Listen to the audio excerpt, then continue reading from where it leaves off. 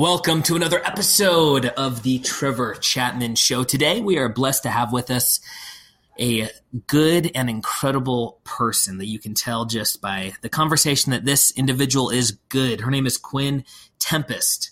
We have a great conversation on her history, overcoming various thought patterns that potentially could have arrested her development. Every time I say that, I think of the TV series. Listen, before we get into it, I want to let you know that this podcast is a labor of love. It's entirely self-funded. If you appreciate it, I would appreciate you going to Growth Hack Your Circle, growthhackyourcircle.com, and grab this series that I've made for my son. And in doing so, because it's for my son, it obviously has the best advice that I could potentially give anybody on the planet, and that is the one thing that you need to master in order to achieve on any level. And that's how to elevate your circle of influence, how to elevate your sphere, how to find, engage with, attract, and create mentors in your life. It's the most important information I've ever given, and it's also why it is so cheap. I think it should be in as many people's hands as possible. This series is an experiment, and once I feel that I've sufficiently proliferated it, I'm going to pull it off the market, never to be published again. Again, if you appreciate the podcast, I'd appreciate you going there. That is enough of that. Let's get into this incredible conversation with my friend, Quinn Tempest. Welcome, my friends, to the Trevor Chapman Show. This is Trevor. And this is our place, yours and mine, where we talk and learn from the best minds on this beautiful earth about entrepreneurship, achievement. We are purveyors of the good life, curating environments that promote and even demand kairos moments of success, happiness, and euphoric achievement. I mean, we work relentlessly to attain levels of the highest performance in business and life. Here is to our collective happiness and to celebrating our human experience. My friends, it's time to run. Welcome to the Trevor Chapman Show. This is Trevor. Thank you for tuning in. Today, we are lucky to have with us an incredible person. I'm very excited to have this conversation. Quinn Tempest, thank you for joining us. Yes, thank you so much for having me, Trevor. Hey, I almost said Queen Tempest. Has anyone ever called you that? That's what my name means, actually. So no way. You can feel free to call me that. So where does that name come from then? Baby book, I'm pretty sure. Gotcha. Yeah, actually, I just got married last year, so my Tempest last name is new, and I get the funniest reactions. People always say I should be Marvel's next superhero who can control the weather with my name, which I'm totally fine with, having my own franchise. That's awesome. I have a buddy, and his wife, her first name is Tempest. Oh, which is kind of cool. Wait, really? Yeah. Her first name is Tempest. Wow. Well, so for my audience, let's start with you giving like a 60,000 foot overview of who you are, your history, where you came from, what the last many years have looked like to brought you to where you are today. Of course. So I kind of have a winding path to where I am now. I actually started off wanting to be an actress, professional stage actress, maybe even film actress. So I went to school for that, studied that, even traveled all the way to London to study at a conservatory there.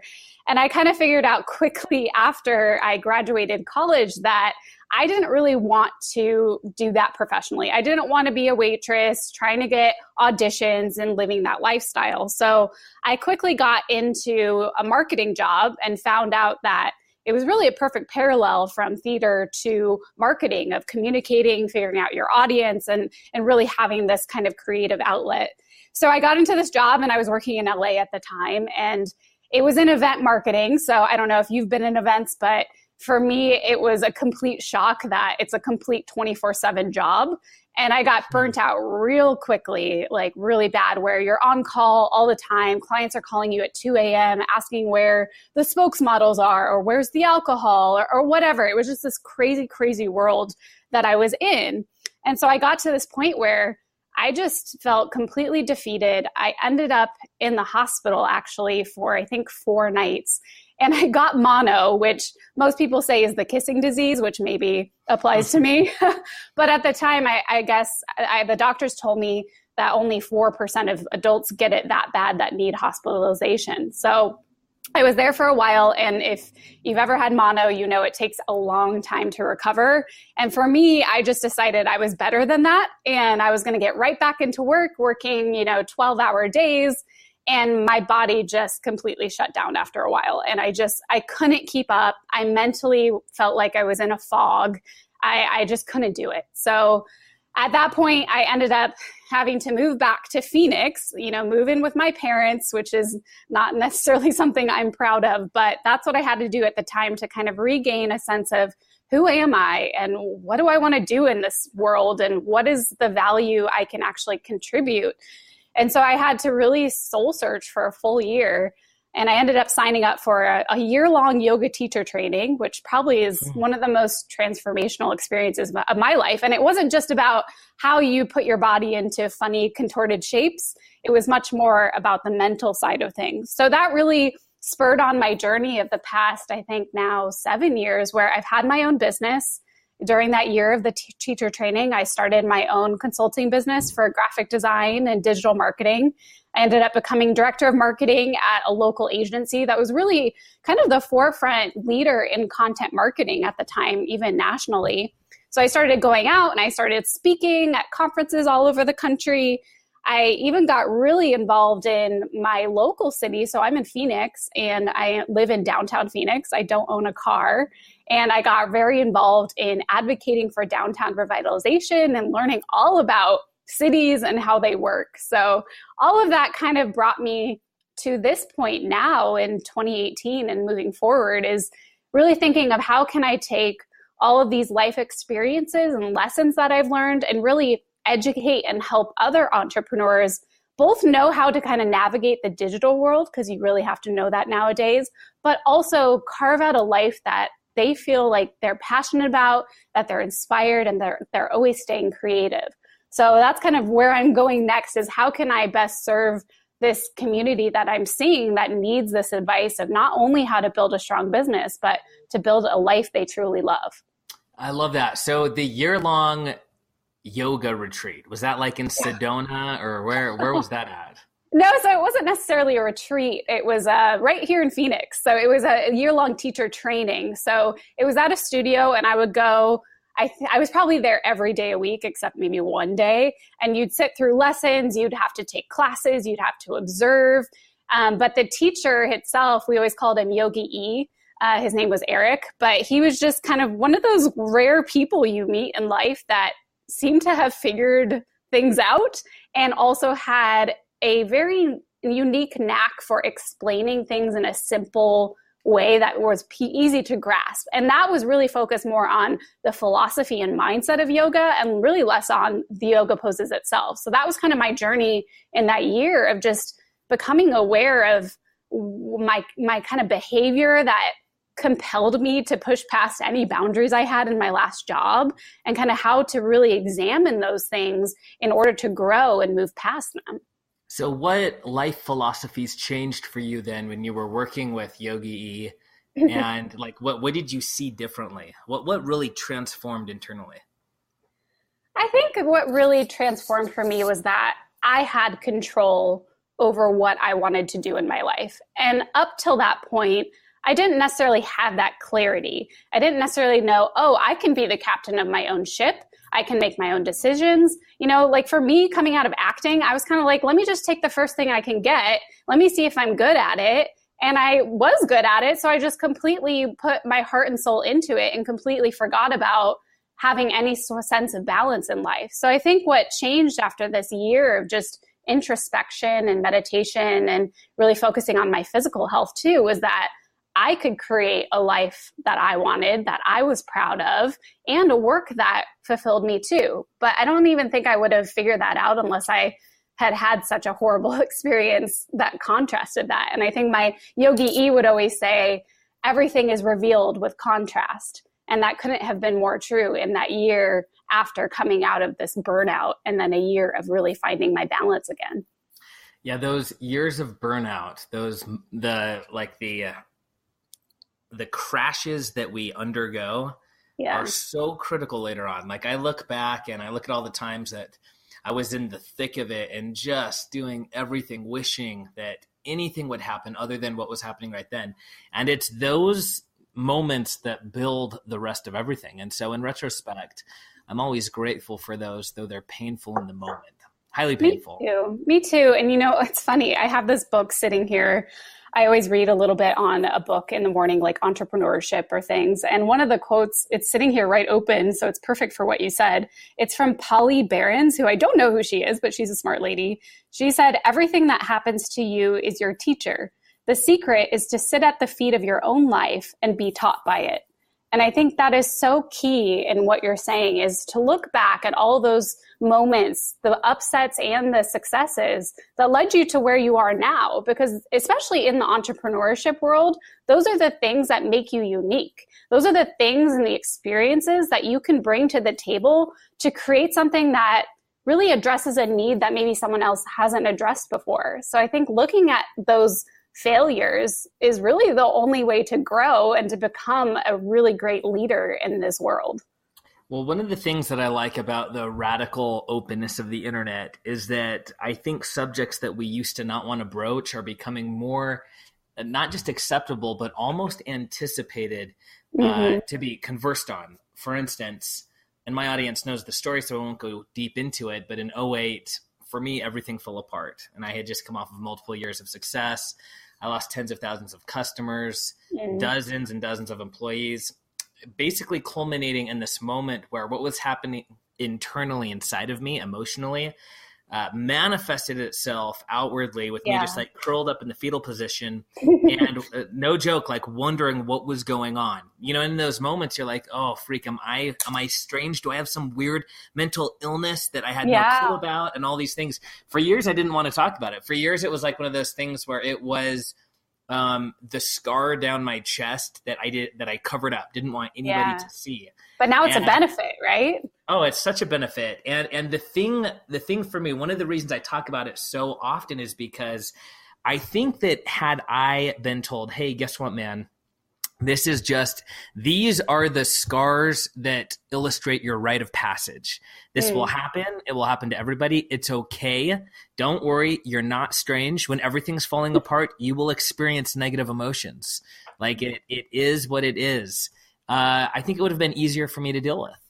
I grew up thinking that we were just always supposed to be happy, that's just what it was, And so when all of a sudden I was like, man, I'm not happy right now, it just kind of shook me. And it was that crazy thing. And so, I don't have a crystal ball and I'm not a statistician, but I believe that there's probably a correction around the corner. I'm not talking about a small Bitcoin correction. I'm talking about, they say that we're 5 years, 6 years overdue for some massive market collapse. And when that happens, there's going to be a lot of people that are listening right now who go through their own 2008s. So you having gone through that, what really helped you, and not just a year of yoga, because that's something that might be out of grasp for most people, but what are some of the things that just really helped you stay grounded and pull your head above the water, keep breathing? What are your tricks? Oh gosh. Well, I think one of the biggest things to help you keep grounded and at the same time looking forward is to create some type of guiding intention for your life. And I know that kind of sounds heady and I don't want it to come off new age, but I think having a clear intention of what you're here to offer and what your highest contribution is will help you make decisions more appropriately and help guide your ship towards the goals you want to see. For example, for me, during that year, and also, by the way, I graduated in 2008. So I kind of know exactly that time period and what happened in the years after. And that's why I feel like my business was so successful, because it started around that time and people were looking to hire. But I think the thing that really guided me through that journey was just understanding what I could most contribute to the world. And I sat down and I wrote it out. Like I thought to myself, okay, what are the things I've done in my past? How can I look at my personal history and my background and turn that into something creative that that fulfills me. And so I thought to myself, I've always loved design. I've always loved turning ideas into reality. So how can I do that professionally and also create my own business? And then by having kind of a clear intention that, I think my goal here in life is to bring other people's life or ideas to reality, because I see that they are more empowered and more whole because of it. And so when I had that clear intention, then decisions became a lot easier and less fraught with stress and anxiety. So if I saw an opportunity come up in my life, I could look at it and say, does this match with my guiding intention? Is this how I can provide the most value to the world? And if the answer was kind of intuitively, not really, then I would move on. And if it was a resounding yes, absolutely, then I would go after that opportunity. But if you don't have that clarity, things get really muddled, really unclear, and you can start to fall into this kind of, I think you mentioned the mindset of, do I have like a mental problem? Am I depressed? What am I doing in this world? You fall into this kind of existential crisis. But the more and more you can get clear on what it is you want to do, and you don't have to know perfectly, I'm still figuring it out, but at least having an idea of what you can provide and give the most value, that will help guide you with any decision making in the long run. So one of the things that I've been talking about a lot lately is this concept of how I am anti-follow your passion. And the reason why is because I, for many years, jumped from thing to thing because I believed I was supposed to do what I was passionate about. I was like, man, I need to be a National Geographic photographer, or I need to find someone that will pay me to lay around on the beach all day because that's my passion. And I thought that was what I was supposed to do. And so when everything fell apart in 2008, I sat in the car with my buddy and I was like, hey, it's okay because I'm not really passionate about this. And I used that as this massive excuse to justify the failure and remove myself from the equation. So one of the problems that I think now, birds of a feather flock together. So I have to assume that the people that listen to the podcast are similar to me. And for me, when people would talk about, their version of a guiding intention, this is kind of how I took that in my youth. And so I'm asking you this so that you can help clarify for us. I would say, okay, yes, I want to impact the world as much as I can. Perfect. Who's impacted it? Gandhi has. So I would write down be Gandhi. And then that wouldn't work for a while. And I'd find someone, I'd be like, oh, well, I want to do it in business as well. Richard Branson's awesome. Be Richard Branson. And after 6 months, not having started a record label, having not signed a major band, all of a sudden I'd read about Elon Musk and I'd be like, oh, wow, he's going to send people to Mars. Be Elon Musk. And the pattern continued, to Steve Jobs. I eventually stopped reading the biography of Steve Jobs because I was like, geez, I remember I read it when I was 24 and I was like, by the time he was 24, he had done X, Y, and Z. What have I done? And it was all during that 2008 time. It was like the crucible of my foundation. So I, now in retrospect, I have like my own answer, my own philosophy. I have 5 kids, so it's what I teach them. They're all really young. My oldest is 11. Wow. So, but like, and it's what it's a lot. My wife came from many kids in the family. Anyway, so it's kind of what I talk about, but I'm curious for you. Like when people say, oh, I don't know what my passion is yet, or how can I impact the world? I can impact the world by being the president of the United States. The problem is there's a huge chasm between where they are right now and being the president of the United States. And in the world of Amazon Prime, ordering it today and getting it tomorrow, it's really hard to bridge that gap. So what's kind of your advice with be Elon Musk? Oh gosh, that is a loaded question, Trevor. I will try to answer it the best because I'm at this point where I feel like I've kind of defined my guiding intention and I'd like to help other people figure out how they can figure out theirs, but I'm not necessarily at the point where I really have it crystallized. But I will say, when you say be Elon Musk or be the president of the United States, you're almost kind of defining a role and a type of person you want to be, which I can't say is a bad thing. Like, I think we need to have role models. We need to have people that we can look to kind of inspire us to go where they've gone. But I think the guiding intention is different than that. For me, it was more of, how do I say this? What is the action that I can take in this world that A, feels innately me, and B, serves some dire need or purpose? And to get more clear on that, I think one of the things I looked at when I was figuring mine out was, okay, what have I been good at in life? And I literally wrote down a list. I think it included, and this was years ago, but I think I included like sewing, collage making, graphic design, all this kind of more creative visual stuff. And then I started to think about, well, who are those people? Who are those role models? Or who are those people in my life that somehow I feel completely connected to, and why? What are those qualities in them that I feel like align with who I want to be? And so I probably started listing, I don't know, my boyfriend at the time, or different people, my mom, who's very outgoing and extroverted. And so I started listing out qualities. So then I had kind of two columns. I had, what am I good at? What are qualities I admire and want to resonate? And then I kind of looked at that and I said, okay, how can I turn this into almost an action statement? And this isn't completely, exactly how I did it. I'd love to figure out where that workbook is I had. But I started looking at all the things I'd been good at and all the things that all the qualities I admired in people. And I started to see that I really felt passionate, but maybe not passionate is the right word, but I felt fulfilled by turning ideas into reality. If that was with sewing, it was coming up with a costume design in theater and creating a character that came to life for an audience. If it was a quality, it was creativity and outgoingness and extrovertedness so that people could really connect with a message through communication. So I started to say, okay, I'm going to turn an idea into reality. And why would I do that? Well, because when I do that for other people, it helps them feel empowered, helps them feel whole. And that's what helps me feel whole as well. So I didn't really go at it from a role perspective.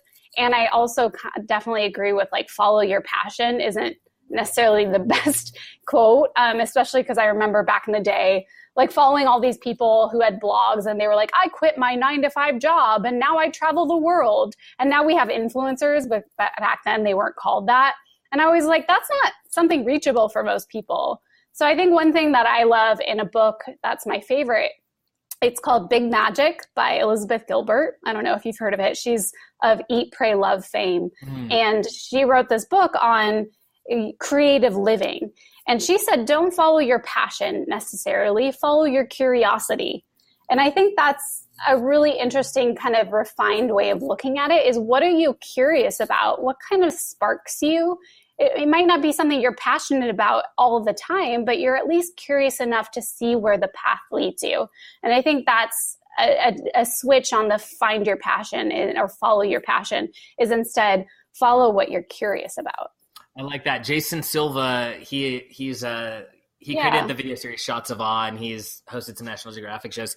He literally just put out a video yesterday or the day before about that very thing. If you don't know what your passion is, write down 10 things you're curious about. And then he has this Venn diagram that you put them into. So that's interesting. It's funny how things in your life pop up like that. And this curiosity thing last few days has been popping up for me. So I want to go a little bit ethereal because this question helps me kind of understand myself better. And I think that when, properly reflected, and I hope that those listening ask themselves this question every time I bring it up, but here it is.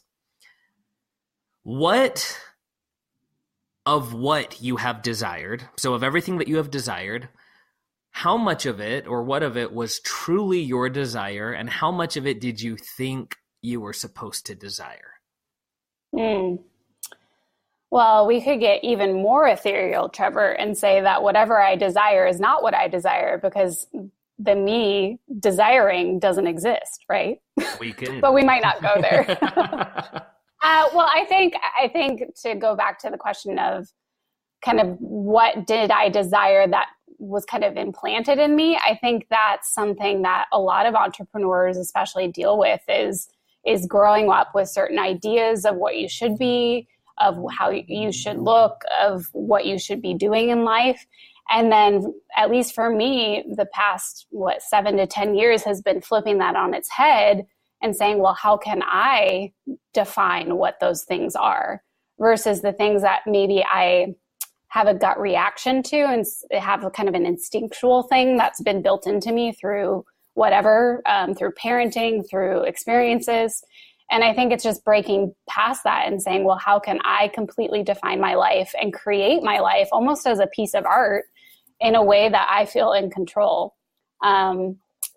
I don't know if that answers it, but sure. Well, so you got me thinking. So the acting portion, what was it that drove you to act? And I'll preface it with this. I am significance driven. Like, there's many things that drive me, but the one thing that is almost like it can be a drunk driver that gets in the helm of my life can be this desire that I have for significance. And I don't like to admit it, but it is what it is. And so in college, I studied philosophy because I think it was the only course material that actually helped me change, see the world differently. And so I have like this dual personality. The best way to describe it is when I graduated from high school, my buddy said, you'll either be a beach bum or a millionaire. And I said, I'll be both. And depending on the month, I'm one or the other. And the millionaire version of me wants to walk through the airport and be stopped a dozen times and have selfies taken, and the other side of me just wants to be completely anonymous and know that if I disappear, I'm not needed. No one's going to call me. There's nothing happening. So I have two, no matter how thin you slice it, there's always two sides. And these two sides are very polarizing in my life, but one of them is significance. Or I had a guy on actually, I think he's a mutual acquaintance, Michael Barber, because so Michael was on the show. It actually might be coming out today or tomorrow. And when I asked him about a similar topic, he called it recognition. He said he wants recognition, for people to recognize, wow, look at this dude, he's up on stage. I do recognize him from either social media or whatever, and when I clap, it's internal recognition, so a word that has many meanings. Did you want to be an actor because you wanted to be famous? Why did you pursue acting? That was probably my initial desire, like when I was very young, elementary school. I had always known inside of me somewhere that I wanted to be an actress. And I used to watch the Oscars. I was like, I could totally do that. I want to be on the red carpet. And I think, honestly, to go to your recognition kind of significance thing, for me, it was I wanted to be seen. And in more ways than one, physically, obviously, but I wanted to be seen for who I was. And I don't know where that comes from, but that's really where it grew out of. And so, but as I started getting more into the techniques of acting, I moved away from wanting to do movies and TV because it didn't work for me. And I loved how embodied you were on stage and how much more of a craft it felt to me, because it was about your voice. It was about how you moved. It was about the physical nature of this experience on stage. And I can tell you also what spoiled acting for me was an experience. I had just graduated. I graduated early from college, but I was asked to come back to be in a performance. It was directed by an Englishman. So if you know how they are in directing and in theater, they're very, very intense. And so this play was called The Dangerous Descent, which was aptly named for my experience, actually. And it was all about Adam and Eve. And I played Lilith, which I don't know if you're familiar with biblical folklore, but Lilith was Adam's first wife, who basically got shunned out of the Garden of Eden for having, God, I can't even remember. I think it was for having sex or something, for naughty sex. She was supposedly some kind of crazy demon. And so I played Lilith. And this was the complete opposite of my personal personality, my Quinn personality. So it was a huge stretch for me. I was the Eve in college and before college, and maybe even now. But so this was a huge stretch for me. And the director pushed me so hard. And I even talked to the Adam and Eve, they're friends of mine, after a few years later, and they just said, I felt so bad for you. We didn't get any of the heat that you got. And he would go after me personally. He would just like kind of try to get this character to come out of me. And it spilled over into my personal life. I started smoking. I started drinking a little bit more. I started really exploring what this side of me, Quinn, was, as well as on stage. And I remember at one point, he just kept going at me at one rehearsal, and I wasn't getting this line right. And he finally said, Quinn, like, what do you think acting is? And I kind of waffled. I was like, well, it's telling a story. And he's like, no, try again. I was like, well, it's about communicating and sharing lessons in life. I had all these kind of like big ideas about what acting was. And this went on for a half hour. And so finally he was like, no, you're wrong, all wrong. He said, acting is about being real, and you are not being real. And it just shook me to my core, to be honest, because it was not even about the scene. It wasn't about the acting. He got at me so personally and so deeply that I got my lesson from what I needed in theater and in acting. And honestly, after that, I was like, A, I don't want to go through that experience again because it was trying. But B, I think I learned what I needed to learn in this period of my life. And I've taken this idea of what is being real, who am I, and how can I strip past all the bullshit, excuse my language, I don't know if you censor, all the bullshit and get to who I am really, and how can I drive my life in the direction I want it to go.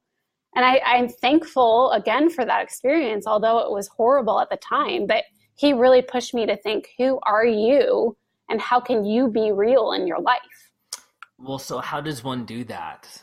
That seems like something that's really hard to actually do, to be real. How does one become real? There's a quote, and it said, a man doesn't wear his true face until after 40. I can't remember who wrote it, but I consider that. And I ask myself often, am I real? How much of this is driven by that question that I asked? I think I'm supposed to desire, or culture, or whatever. How do you be real? I think it's a constant state of becoming. I think it's consistently being brutally honest with yourself and asking, where are my actions coming from? Can I look at myself and be honest with the decisions I've made and why I've made them? Or why do I have the reactions I have? I think it honestly, for me, that question has come out of a lot of this yoga stuff. And it's not even about the poses, like I mentioned, it's about the mindset. Is how can you step back? How can you be more objective with yourself and with your life and start to observe your actions almost like a cloud passing on the sky or a movie on a screen? And I think the more aware you become, the more you can step back into that kind of observing state more and more. You can start to see this little character that you're playing all the time and where that character's behavior comes from, why you're making certain decisions. And once you have that awareness, you can actually use that to your advantage.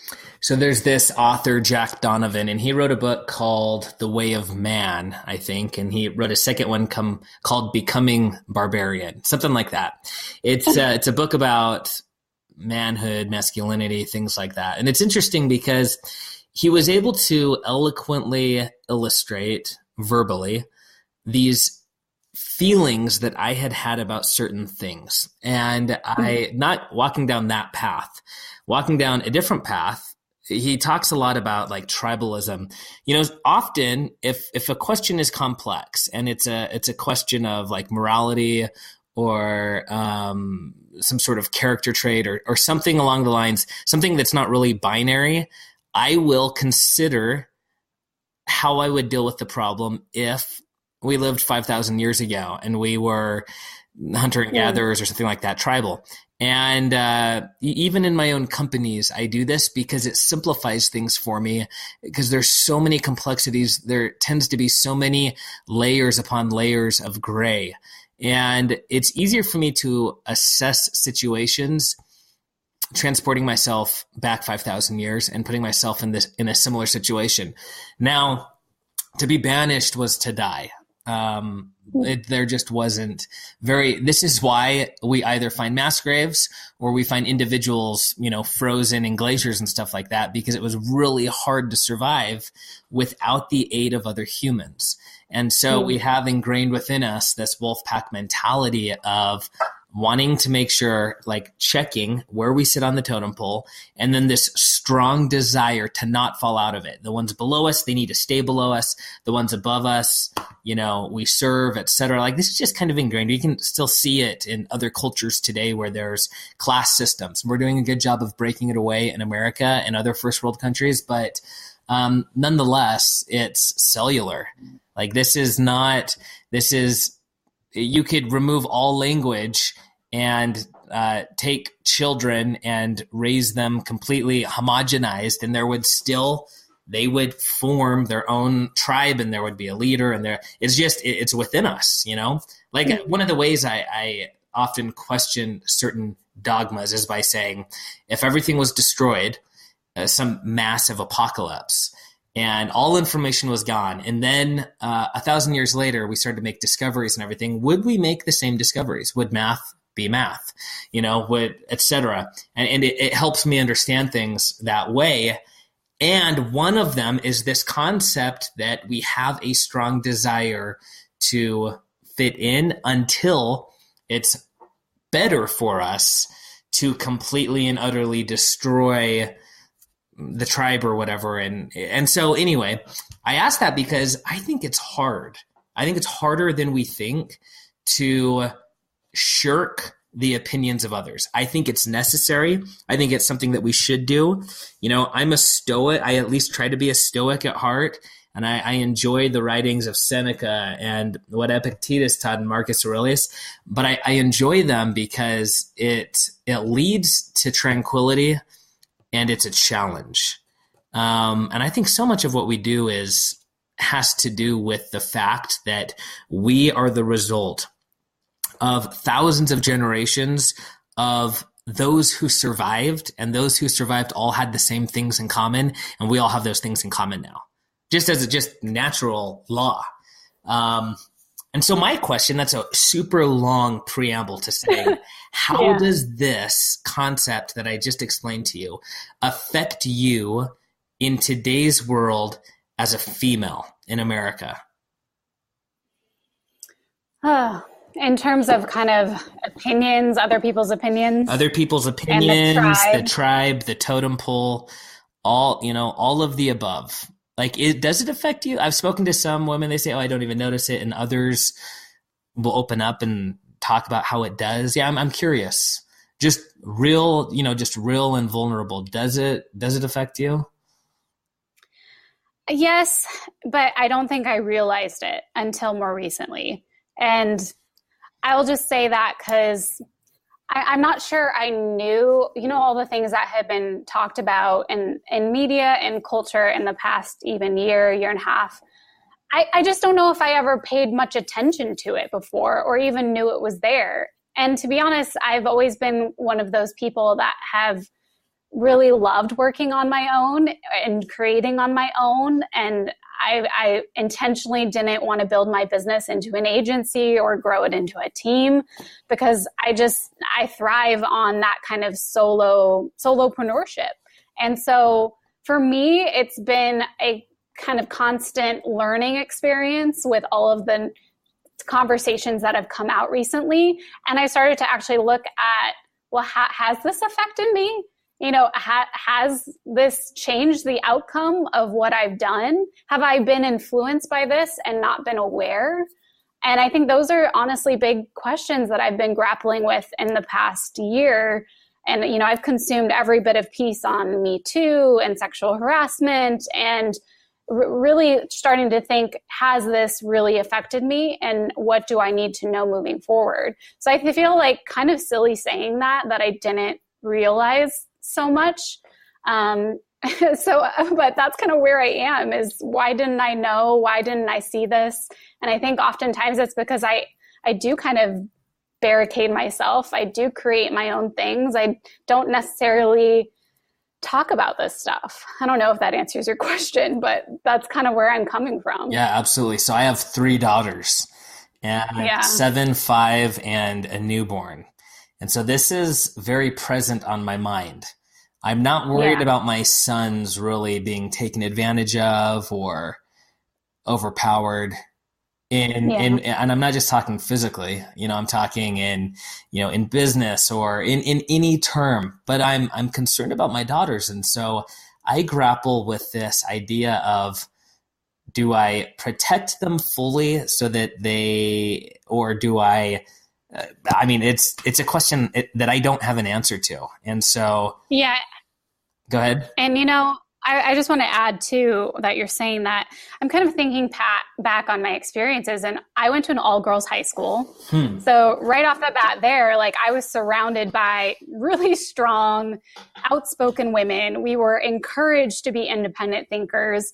And I was kind of scared of boys at the time, but not in the sense of, being overpowered, just because I didn't really have that experience. And then I walked into being a theater person, where I'm surrounded by women, or a lot of gay men, to be honest. And it's also very liberal. It's very creative. And then I worked right out of college in an all-women company again. So for me, I think my kind of uncovering of this is more the fact that I wasn't ever really exposed to it.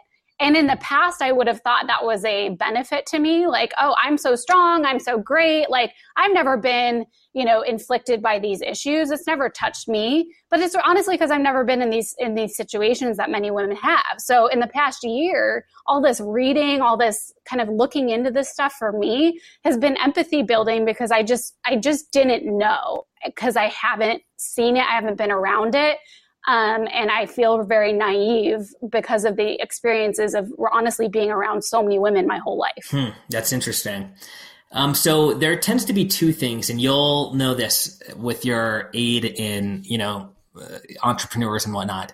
There seems to be either people that get stuff done, or there are people who procrastinate and don't start because they're perfectionists. Now, recently, this has been like another topic I've been talking about a lot. Perfectionists want an ideal outcome. Instead of and I use a buddy of mine as an example. We both started out of college knocking doors, selling either pest control, security, door to door to pay for college. Here we are 15, 16 years later, and he's still doing it. And he often has an idea. I talk to this guy often. He's probably listening to the podcast right now. Love you, dude. Anyway, he often will have an idea, and he'll call me, and there's magic in his voice, and there's excitement, and he's so excited. I'll call him 24, 48, 72 hours later, and he's taken this seed and turned it into a 1,000-year-old oak tree that is magnificent in size. He's created the ideal. And the problem is, now that it's the ideal, the small sapling is of no interest. And then what happens is the procrastinator wants a guarantee in a world that does not give guarantees that the ideal outcome will happen. And so it's this circular double helix, arrested moment of not making progress until you have the guarantee of the ideal, both of which will never happen. I think that this plagues people in an incredible amount of ways. I think this is why most people still work at the same job. I think that this is often why people aren't happy and why they just kind of give up on things. I think it comes also from the fact that, we had to survive going back 10,000 years. We had to survive, and the ideal was taking down that animal. How likely was it that we weren't going to be eaten by a saber-toothed tiger? Not likely unless there's 20 of us. So let's not attack it. Things like that. And so I think this concept aided us a long time ago. Now, not so much. Are you affected by being a perfectionist or a procrastinator? If so, how do you deal with it? And more importantly, when you identify this in others, how do you help them just step forward? Oh, yeah. So this is something I find extremely interesting is ideas and just the nature of ideas and how to bring them to life. And how, like you said, some people just have ideas all the time and they never do anything. Some people hold them back because they're just not perfect yet. And some people, probably you, probably me, start getting stuff done. And I have to say personally, people with a lot of ideas that come out like that and they feel so magic, they drive me crazy. Mm-hmm. Like I have this instinctual reaction where I'm just like, calm down, because I know it's not going anywhere. I know it's just an idea. And I can sense that, especially with like new prospective clients coming into kind of my fold of, do they have a sense of clarity or do they have 10 ideas that I can't help them bring to life? Because that's how I see myself in my role with my clients is I'm here to help to bring your idea to life. So the clearer you are on your vision, the easier my job will be. And I can sense right away if they're going to be all over the board and I won't work with them. And so I see this all the time. For me personally, I think I've moved past the crazy idea phase. I'm much more in the get stuff done phase. And just because of where I am, in my life and in my business. And my motto is not so much done is better than perfect, but progress is better than perfection. Mm-hmm. And for me, growing up in this all girls high school, which was like the top school in the country, top school in the state, like I had to let go of so many ideas of perfection, like once I got to college and once I got into the professional world, because that's just not how life works. That's not how innovation or creativity works. And that's especially going to hinder anyone trying to become an entrepreneur. And I think this is something I see, just like you said, rampant in today's world. I have people on Instagram contact me all the time with all these ideas and they want to do this and they want to do that and they want to know how I did it. And I just say, just get started. Like, stop asking me and start doing stuff, and nothing ever changes on their end. And I feel bad, but at the same time, it takes a certain kind of person to really get clear and to focus on that progress versus perfection. You have to do a lot of soul searching to figure that out. So one of the things that I find, and I almost hate even saying this because I don't want to sound belittling or anything, but when someone has an idea and they want me to like, quote, not steal it or like sign an NDA or something like that, or an idea, I'm just like, like literally all of my good ideas I share because I know that a fraction of a percent of the population are doers. Like a fraction of a percent. And and the thing is, if you share an incredible idea with someone and they do it and they're a doer, good on them. And the law of reciprocity will take care of you. And so to everyone out there with ideas, either do them or share them, but don't hoard them. Yeah. Nothing comes from hoarding them. All right. So kind of drawing to a few last questions, a wind down. My close friends, when they have a major life event, getting married or graduating or something like that, I give them gifts that are meaningful to me. And the two gifts that are meaningful to me are these two books that some have heard of, some haven't. They were impactful for me because they got me through those points in my life that we were talking about in the beginning, where, when your house of cards gets knocked down and you start to mine the rock, create the foundation of stone, etc. The first one is The Richest Man in Babylon. It sounds horrendous, to traditional orthodoxy. It's not about Babylon or anything like that, but it gave me inspiration to do the hard things day in, day out, day in, day out, day in, day out, long enough to actually get results. And the second one is A Guide to the Good Life, The Ancient Art of Stoic Joy, which is a fantastic book, like an intro book to a philosophy of life. Like a lot of us run through life without a philosophy, or we have a vague philosophy, change the world, things like this that don't really, or be happy or work hard. These really aren't life philosophies. There's frameworks. I love when Jeff Bezos talks about his regret minimalization framework and that he started Amazon as part of that regret minimalization framework. we're really code. We're only now decoding this genome that says put an ear here and a nose there, squirt dopamine when this happens and pull it away when that happens. Like, we're a code. It's a biological code, but we are a code. And these frameworks I've found work very well in this coded reality that we have. So for you, if you had a close friend that was preparing to celebrate and you wanted to give them a celebratory gift, book or otherwise, what would be something personal that you gave them? Oh, well, I think I would have to probably go with the book thing.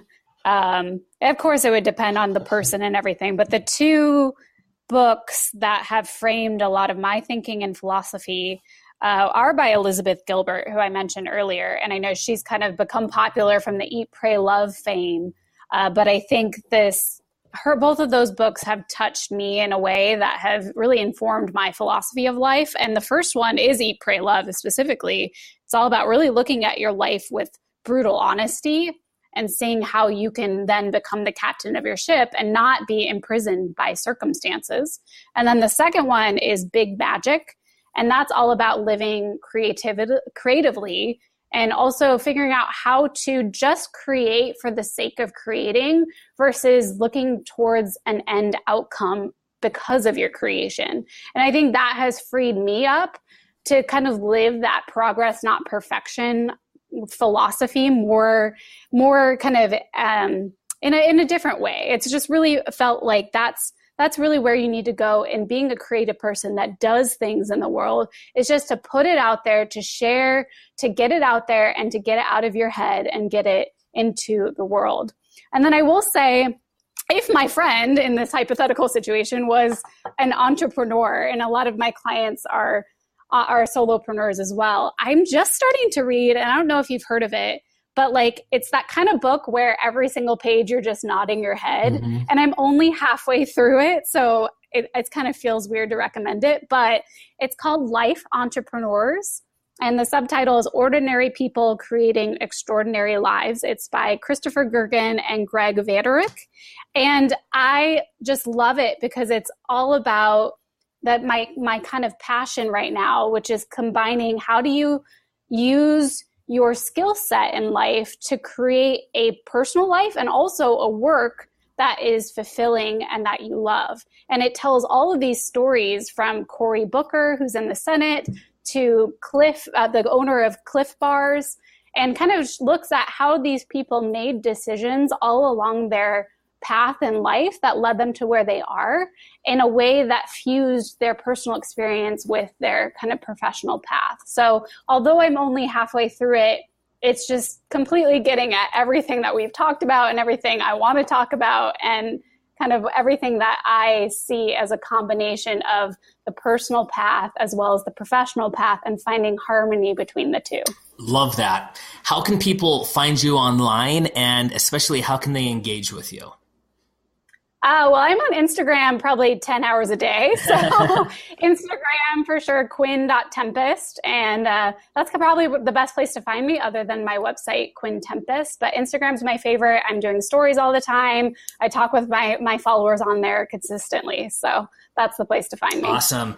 Quinn, thank you so much for your time. Audience, thank you. We will see you tomorrow at the same time. QuinnTempest.com with 2 N's and Quinn.Tempest on Instagram. See you tomorrow.